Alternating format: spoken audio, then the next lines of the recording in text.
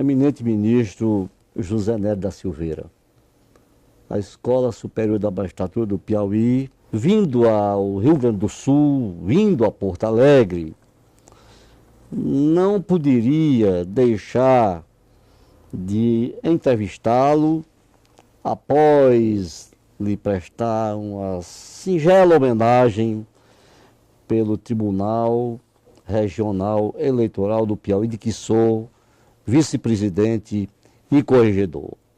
Aliás, nesta oportunidade estou também homenageando o desembargador Cristóvão Daelo Moreira, que foi quem concebeu a ideia de criação de escolas no Brasil e ajudou o Tribunal de Justiça, realmente incentivou o Tribunal de Justiça, criou no Piauí e instalou no dia 8 de fevereiro de 1986 a nossa escola associativa. Eu gostaria de fazer uma pergunta a Vossa Excelência. Em 1985, pouco antes do término do regime militar no país, o eleitorado brasileiro se aproximava da marca de 70 milhões de eleitores, representando mais da metade da população da época. Em 86, levou-se a efeito um recadastramento nacional e naquele mesmo ano os eleitores recadastrados já participaram das eleições gerais. Quais as razões que levaram Vossa Excelência a se empenhar na realização daquele recadastramento, envolvendo tão amplo contingente eleitoral em tão curto tempo? E quais as dificuldades encontradas para alcançar o propósito da informatização do cadastro de eleitores no Brasil? É recordar um fato acontecido há praticamente 31 anos. Pela sua importância, a lembrança desse fato está muito viva sempre na consciência de todos os juízes da época. Eu presidia o Tribunal Superior Eleitoral. Quando tomei posse em outubro de 1985, recebi no meu gabinete no Supremo Tribunal Federal uma comissão de deputados, senadores, falando a respeito das dificuldades que ocorreriam nas eleições para a Constituinte, que deveria ser eleita. Os membros da Constituinte seriam eleitos no pleito do ano seguinte, de 86, em razão das fraudes ocorridas no alistamento que repercutiam na hora do voto, porque pessoas votavam 2, 3 vezes, mortos votavam, etc. Isso levou a que fizesse uma série de reflexões e, por fim, mas com presteza, logo depois de assumir, portanto, levasse o assunto ao Tribunal Superior Eleitoral, em sessão administrativa, e havia dificuldades imensas para fazer isso. Em primeiro lugar, só seria possível informatizando o sistema eleitoral. As dificuldades para a sistematização decorriam, em primeiro lugar, das nossas restritas condições tecnológicas à época. Nós tínhamos 2 grandes empresas nacionais, a Dataprev da Previdência e o Serpro do Ministério da Fazenda, que já possuíam, no âmbito do Executivo e da Previdência, as suas tarefas quase em tempo integral. Poucas eram as empresas estaduais já de processamento de dados. Então as dificuldades eram realmente grandes. Mas eu levei o assunto ao tribunal, estudei com os técnicos mais ou menos o montante que nós precisaríamos, em termos de recursos, para iniciar um trabalho dessa natureza em âmbito nacional, porque seria necessário que se informatizasse, se recadastrassem todos os eleitores do país. E as eleições estavam marcadas para 15 de novembro do ano seguinte.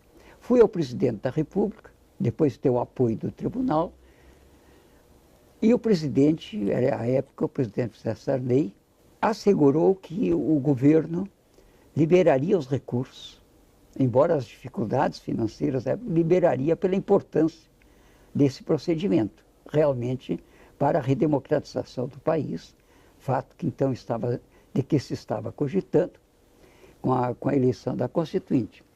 Preparamos o projeto de lei que foi encaminhado nos últimos dias de novembro de 1985, e o presidente, assim como recebeu do TSE,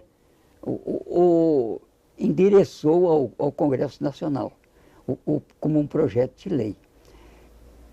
O Congresso Nacional transformou numa lei no dia 22 de dezembro do mesmo ano. Então, a cooperação inequívoca do Congresso Nacional.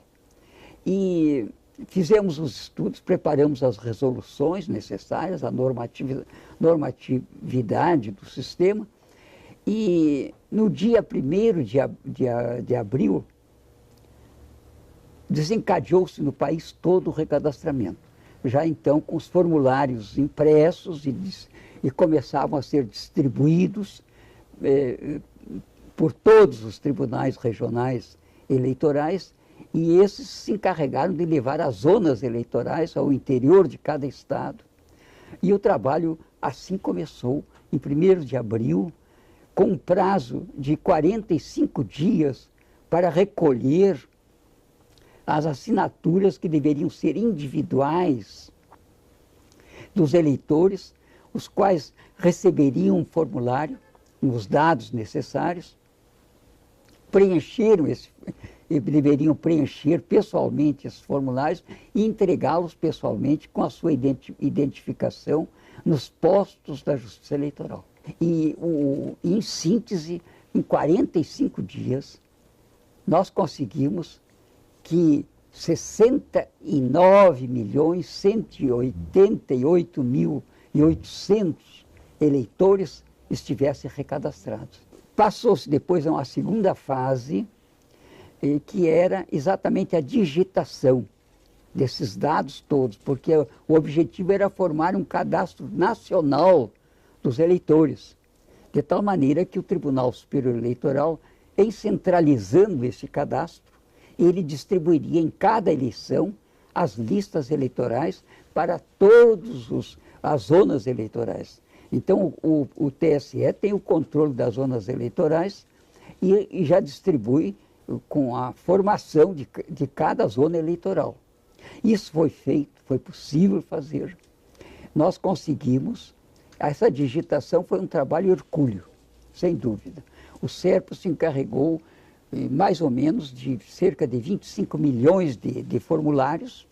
E esses formulários eram digitados 2 vezes para evitar qualquer erro na digitação, conferidos, portanto, e ocorreu que empresas aéreas transportavam de delegacias do SERPRO de um estado para outro, de acordo com as possibilidades que cada delegacia tinha para fazer a digitação.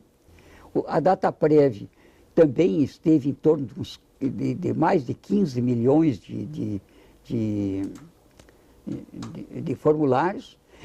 As empresas, Minas Gerais já tinha, o Rio Grande do Sul também, São Paulo, eram empresas estaduais que seguiram o mesmo procedimento definido pelo TSE e por ele fiscalizado.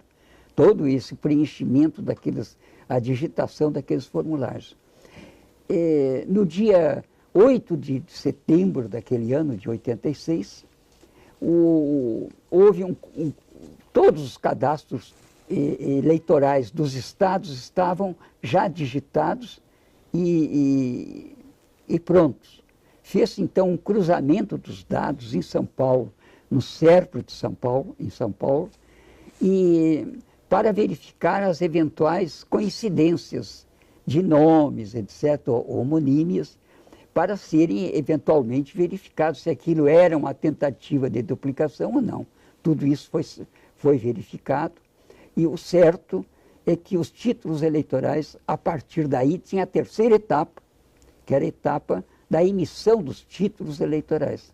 Os títulos foram emitidos, foram distribuídos, e do dia 15 de novembro, esse eleitorado de 66 milhões esteve preparado para emitir seu sufrágio. De acordo com o novo alistamento, que era um alistamento informatizado. E a partir daí, portanto, há 31 anos, nós estamos praticando os resultados, vivendo os resultados deste alistamento feito em meio magnético. Ministro Nery da Silveira, salvo engano, os recursos de tecnologia da informatização ainda se achavam bastante limitados e eram pouco disseminados em nosso país até o início dos anos 80. Porém, ao tempo em que Vossa Excelência esteve na presidência do Tribunal Federal de Recursos, entre 1979 a 1981, foram informatizados os serviços daquele órgão judiciário. Pode-se considerar aquela medida como marco da adoção de novas tecnologias no Poder Judiciário? Aquela experiência com a informatização do TRF, TFR, serviu de inspiração a Vossa Excelência para a proposta de recadastramento eletrônico de eleitores poucos anos depois? Exato. Essa experiência de 79 a 81, com relação ao Tribunal Federal de Recursos, foi uma experiência inédita, porque nós não tínhamos na Justiça brasileira ainda informatização dos serviços judiciários. Havia algumas tentativas, algumas experiências aqui no Rio Grande do Sul mesmo, já havia algum estudo nesse sentido, mas concretamente, oficialmente, não tínhamos ainda informatização de nenhum tribunal. O Tribunal Federal de Recursos informatizou-se como uma necessidade de aplicar a reforma do Poder Judiciário proveniente da Emenda Constitucional 7 de 77. Quando eu assumi em 79, nós estávamos com esse problema de implantar a reforma, porque o tribunal foi aumentado de 13 ministros para 27 ministros, estabelecendo essa especialização. Então era necessário redistribuir milhares de processos de acordo com a especialização que os ministros passaram, que as sessões do tribunal passaram a ter. Então, os órgãos do tribunal passaram a ser especializados. E era preciso redistribuir aqueles processos todos. Isso só seria possível, em curto prazo, se informatizássemos. Mas nós não tínhamos recursos, não havia, era a época da reserva de mercado quanto à parte tecnológica, e nós não tínhamos essa tecnologia importada ainda disponível. Eram poucos os órgãos que possuíam serviço. O CERPRO era um, e a DataPrev da Previdência Social. E isso me levou a estudar com os técnicos do tribunal, com os funcionários que tinham conhecimento dessa parte de informática, e em contato com funcionários da DataPrev, da Previdência Social, que era uma dos clientes, diríamos assim, do Tribunal Federal de Recursos, com maior volume de processos, tramitando lá os processos da Previdência, que tinha também um grande interesse em saber onde estavam esses processos, qual era o andamento desses processos. E isso tudo, o momento oportuno, era esse da especialização, da implantação desse sistema. Fez então um trabalho realmente, foi um trabalho pioneiro, porque nós não tínhamos experiências anteriores, mas deu certo também. E com a colaboração, fizemos então um contato, eu fiz um contato direto com o ministro da Previdência, na época era o ministro Jair Soares, e foi possível, os serviços da Dataprev colaborassem com o tribunal exatamente na formação do cadastro de processos que estavam lá no tribunal. Foram preenchidos formulários relativos a cada processo que estava no tribunal. Esses processos foram todos eles verificados, contação, o número das partes, o número do processo. Fez-se, afinal, uma ficha já e-mail magnético para cada processo. Isso deveria ser o ponto de partida para depois o andamento do processo ser controlado já pelo computador.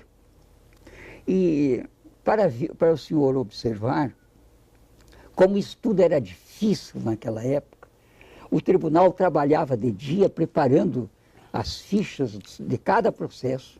Formou-se lá um salão do tribunal, um grande centro de preparação dessas fichas, examinando cada processo. Um grupo de funcionários especializaram-se nesse trabalho. E à noite, esses dados eram transmitidos para a Dataprev, no Rio de Janeiro, que tinha a sede no Rio de Janeiro. E formou-se, afinal, mais ou menos, de início de dezembro de 79 até fevereiro de 80, formou-se, foi possível compor esse cadastro dos processos. Só o computador poderia nos dar esse momento, realmente um momento modernizador nos serviços judiciais. E foi o que aconteceu. Conseguimos fazer, formou-se o cadastro e se fez a redistribuição daquela massa de processos entre os ministros que foram então empossados logo a seguir. No dia 23 de junho de 1980, eles foram empossados, os novos ministros. Nós iniciamos ainda, ao término da minha administração, em junho de 81, nós já estávamos com diversas sessões eleitorais, sessões da Justiça Federal, como a do Rio de Janeiro, São Paulo, Rio Grande do Sul, Minas Gerais, já estavam com o processo de informatização em andamento. E já se fazia o controle do andamento dos novos processos por via do computador. E foi a partir daí que se desencadeou a informatização na Justiça Federal. Isso portanto, isso aconteceu na Justiça Federal a partir de 80 e 81. 80 e 81.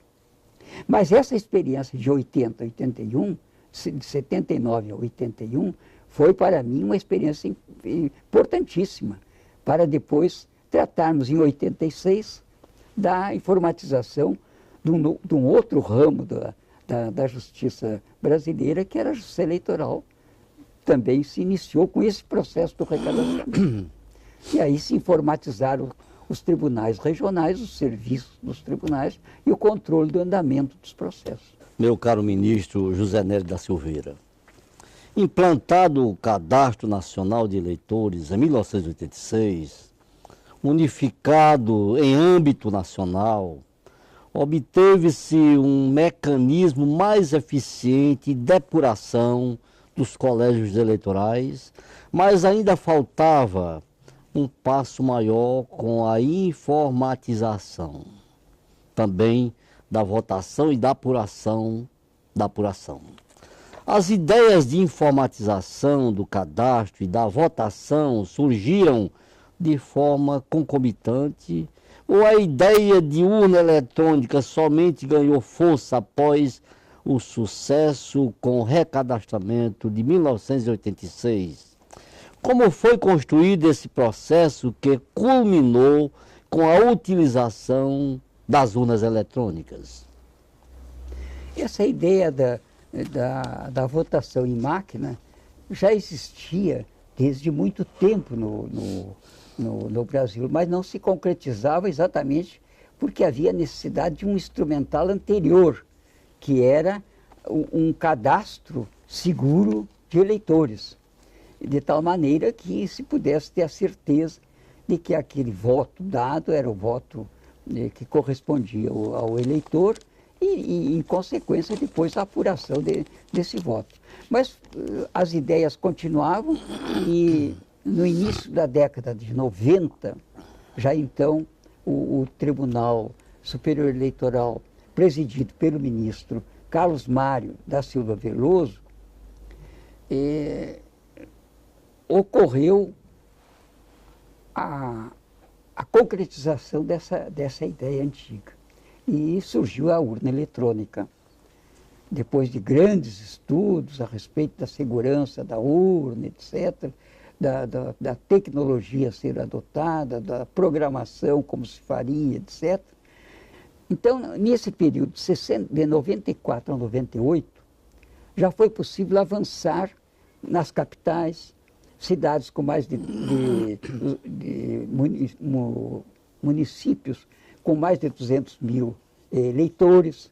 Quando eu assumi de novo a presidência do TSE, em 1999.